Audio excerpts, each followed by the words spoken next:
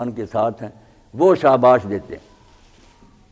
قرآن پاک میں جب اللہ کے رسول کے بارے میں اللہ اور اللہ کے فرشتے حضور پر صلوات بھیجتے ہیں، ہم صلوات کا ترجمہ درود کرتے ہیں، درود بھی فارسی ہے، صلوات عربی ہے، تو پلے کچھ نہیں پڑتا، اور زیادہ یہ ہے کہ ہم پھر جو کلمہ اللہم صلی علی محمد، بھائی یہ سب ٹھیک ہے کہ درود شریف آپ نے یہی سکھایا، مگر درود یا صلوات ہے کیا؟ امام بخاری رحمۃ اللہ علیہ نے جو لکھا ابو العالیہ کے حوالہ سے کہ وہ تابعی جو کہتے ہیں جب صلی علیہ ہوتا ہے نا، صلی ہو، صلی ہو، جو بھی اس لفظ سے نکلتا آگے علی آئے، یصلون علی النبی، علی لگا ہوا، والذی یصلی علیکم، تو احسن علیہ السلام،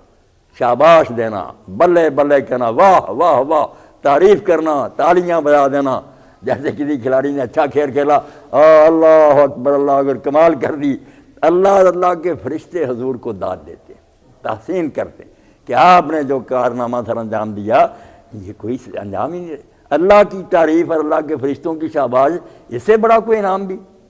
اور یہی اہل ایمان کے لیے بارے میں والذی یصلی علیکم وملائکۃ،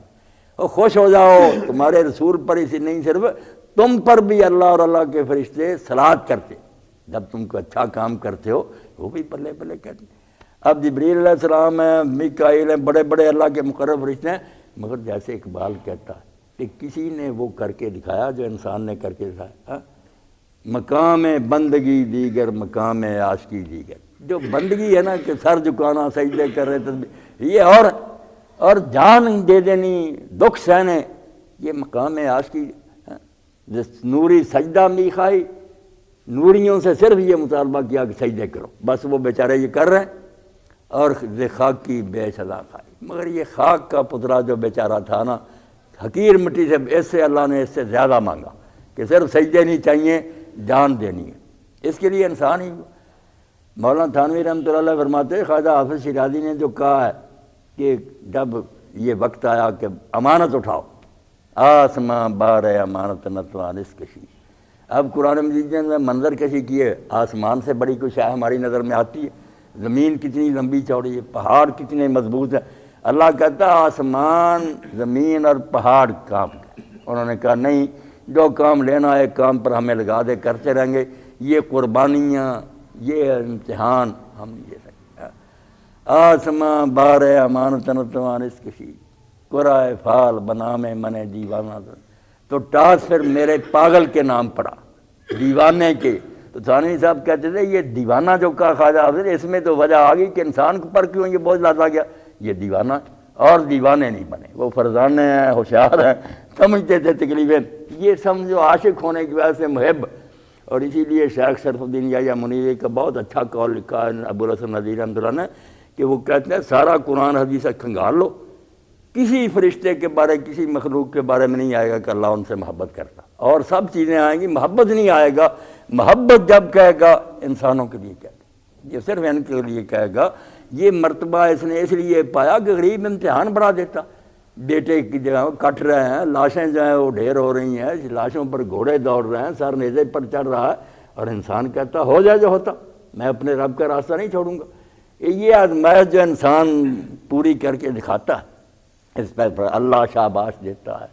اس کے فرشتے شاباش دیتے ہیں، اور اللہ کو پھر اتنی نفرت ہے کہ جو اس راستے میں مارا گیا۔ اب دیکھیں نا، جانور جو مردار ہو جاتا ہے وہ بھی مر جاتا، جس کو ہم چھری سے ذبح کرتے ہیں وہ بھی مرتا ہی ہے نا، جان تو دونوں کی نکل گئی، اس کو ہم مردار کہتے ہیں، اس کو حلال کہتے ہیں۔ اللہ کے راستے میں اللہ کا نام لے کر اس کو ذبح کیا۔ اسی طرح جو اللہ کے نام پر سر کٹا دیتا ہے وہ اس کو مردار نہیں کہتے، اس کو اللہ کہتا ہے اس کو نہ مرا کہو، وہ تو زندہ ہو گیا، پاک ہے، حلال ہے، جنت میں ہے۔ جو اپنی موت مرتے ہیں بستروں پر، حضرت خالد ابن ولید رضی اللہ عنہ کے جب پڑھتے ہیں کہ آخر وقت آیا تو بہت بے چین تھے، روتے تھے، تو لوگوں کا آپ سیف اللہ ہیں، اتنے مار کے آپ نے سر کی ہے، اللہ کے رسول نے اتنی آپ کی تعریف کی ہے، کہا یار دیکھو میرے بدن پر کوئی جگہ خالی ہے جہاں نیزے کا، تیر یا تلوار کا نشان نہیں ہے، مگر افسوس ہے کہ میری موت بستر پر آئی، میدان جنگ میں نہیں، میں شہید ہوا۔ تو اب یہ نظر کا ہی فرق ہے نا چغتائی صاحب، کہ ہم یہ موت چاہتے ہیں کہ آرام سے مریں گھر والوں کے پاس، وہ کہتے ہیں وہاں مرنا چاہیے تھا۔ فرق یہی ہے کہ ہم اس فانی دنیا تک ہی دیکھتے ہیں، یہاں پھر یہی چیز ٹھیک نظر آتی ہے کہ آرام ہو، سکون ہو، کوٹھی ہو، بنگلہ ہو۔ جو اس سے دور تک دیکھتے ہیں وہ کہتے ہیں یہ تو کچھ بھی نہیں، آنکھیں بند ہوں گی، یہاں سے آگے کھلیں گی، جنت کے دروازے کھلے ہوں گے، فرشتے کھڑے ہوں گے، سارے کہہ رہے ہوں گے۔ جملہ قرآن پاک نے کیسا کہا، سلام علیکم بما صبرتم فنعم عقبی الدار۔ فرشتے کہیں گے سلام ہو تم پر، خوش آمدید، مبارک ہے تمہارا آنا، بما صبرتم،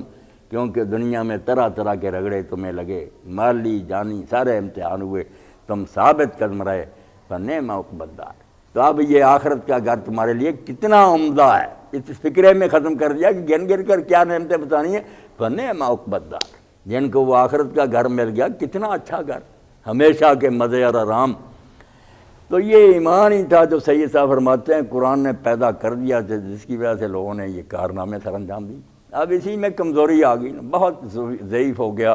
اور یہ کفار نے، بے ایمانوں نے جو کچھ کیا۔ علامہ اقبال رحمۃ اللہ علیہ فرماتے ہیں کہ یہ جو ہے نا انگریزی حکومت، اس کا یہ نقصان نہیں کہ وہ دولت لوٹ کے لے گئے، سونا ہے تہذیب حاضر کے گرفتار، جو اس کی چکا چوند سے دھوکہ کھا گئے نا، اسی طرح کا ڈریس پہنو، اسی طرح کھانے کھاؤ، اسی طرح شادیاں، سونا ہے تہذیب حاضر کے گرفتار، غلامی سے بدتر ہے بے یقینی۔ ہمارے یقین انہوں نے کمزور کر دیے، ہر اچھا پڑھا لکھا بھی اس کا بھی وہ ایمان نہیں رہا، پہلے کوئی آخرت کے بارے میں شک میں، اللہ تعالیٰ کے بارے میں شک میں ڈالنے والی کتابیں پھیلا رہے ہیں۔ اور بچے نے کتاب مجھے دی اللہ کی تعریف، وہ کیا لکھا، یعنی ایک عورت نے لکھی، اب ترجمہ یاسر جاوید، یہی ہے کہ ایک افسانہ، لوگ پہلے بہت کو پوچھتے تھے بتوں وغیرہ